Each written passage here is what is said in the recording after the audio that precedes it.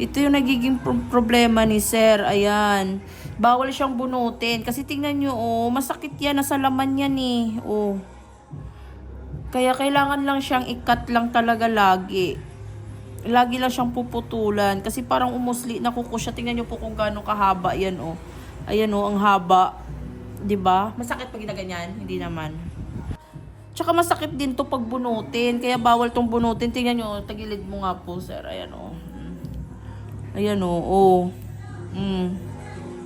Ayan, oh. Oh. 'Di ba? Dikit siya sa laman. Parang ang sarap-sarap nga bunutin ito eh. Kaya kailangan lang siyang putulin. Oh. Isasagad lang siya ng putol. Puputulin natin siya ng sagad.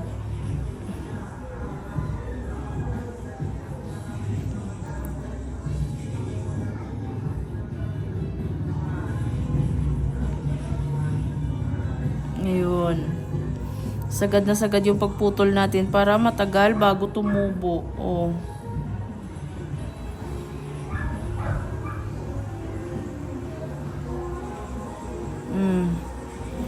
Diba?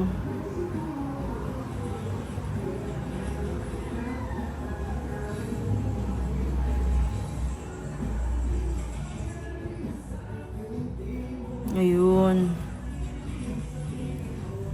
Oh. Diba kung gaano ka ano to? Oh. Kaya nga, ito nga, oh, dinadahan-dahan nga po. Oh. Ayan, oh, kung gaano kahaba yung kuko. Kuko talaga siya, matigas. Dito siya tumutubo, oh. Kumbaga, parang naging ingrown siya sa kamay. Ayan, oh. Oh, dito siya nanggagaling. Oh. Lagi lang siyang ikat ng sagad. Ingrown sa kamay.